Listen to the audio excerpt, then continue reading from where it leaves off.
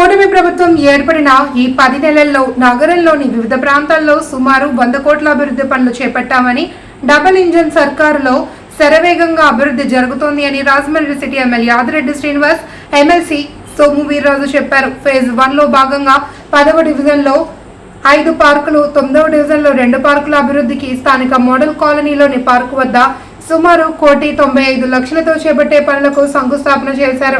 ఈ సందర్భంగా ఎమ్మెల్యే ఆదిరెడ్డి మాట్లాడుతూ రాజమండ్రి సిటీలో అవసరమైన చోట అభివృద్ధి పనులు చేపడుతున్నామని, రోడ్లు, కాలువలు నిర్మిస్తున్నామని చెప్పారు. నగరంలో చేపట్టే ప్రతి అభివృద్ధి పని ఒక అవగాహన, ప్రజల ఆలోచనలకు తగ్గట్టు చేస్తున్నామన్నారు. ఈ కార్యక్రమంలో కూటమి నాయకులు మజ్జి రాంబాబు, వాసిరెడ్డి బాబీ, వై శ్రీను, పి నాగేంద్ర, యనుమల రంగబాబు, జామి సత్యనారాయణ, చొప్పెర్ల భద్రరావు తదితరులు పాల్గొన్నారు. మహేంద్రవరం ప్రజానికానికి అందరికీ కూడా నమస్కారం. కూటమి ప్రభుత్వం అధికారంలోకి వచ్చిన తర్వాత మేము పదే పదే చెప్తున్న మాట, డబుల్ ఇంజిన్ సర్కార్ ఏ విధంగా ఉంటుందన్నది మీకు కళ్ళకి కనబడే విధంగా మీ యొక్క అభివృద్ధి కార్యక్రమాలు జరుగుతూ ఉన్నాయి. రెండవది, ఒక అవగాహనతో చేస్తూ ఉన్నాం. ఇప్పుడే పెద్దలు సోము వీర్రాజు గారు చెప్పారు, డీసెంట్రలైజేషన్. అభివృద్ధి అన్నది కేంద్రీకృతం అవ్వకూడదు, వికేంద్రీకరణ అవ్వాలి. అంటే అన్ని ప్రాంతాలకి కూడా అభివృద్ధి అంటే ఏంటనేది పరిచయం చేయాల్సిన అవసరం ఉంది. ఇది ఎప్పుడు జరుగుతుంది? ఒక అవగాహన కలిగిన ప్రభుత్వం ఉండాలి, అవగాహన కలిగిన వ్యక్తులు ఉండాలి. మేము అవగాహన చేసుకోవడంతో పాటు చాలా పారదర్శకంగా ఈ రోజున 1,95,00,000తో 7 పార్కులు ఫేజ్ 1, అందులో 10వ వార్డులో 5 పార్కులు, 9వ వార్డులో 2 పార్కులు.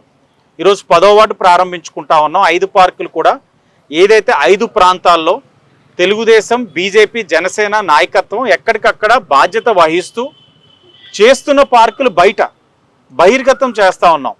ఒక పార్కు ఉదాహరణకి, ఒక పార్క్ ఆల్ బ్యాంక్ కాలనీలో 30,50,000తో పనులు చేస్తూ ఉన్నారు. అంటే ఏం పనులు చేస్తున్నారు? సుమారు 10 కాంపోనెంట్స్ అక్కడ చేస్తూ ఉన్నాం. ఆ 10 కాంపోనెంట్స్ ఏంటన్నది కూడా బయట ఒక ఫ్లెక్స్ మీద బహిర్గతం చేసి ప్రజలకి పారదర్శకంగా, ఎవరైనా సరే ఓహో ఈ పనులు చేస్తూ ఉందా కూటమి ప్రభుత్వం, ఇంకా ఇది చేస్తే బాగుండన్నది వాళ్ళు చెప్తే ఎవరికి చెప్పాలి? ఎవరికి చెప్పడం కోసం అక్కడ మా కూటమి నాయకులు కూడా బాధ్యత వహించే కార్యక్రమం కూడా తీసుకుంటా ఉన్నాం. ఇదే కాదు, ప్రతి అభివృద్ధి కార్యక్రమం కూడా కూటమి బాధ్యత తీసుకుంటా ఉంది.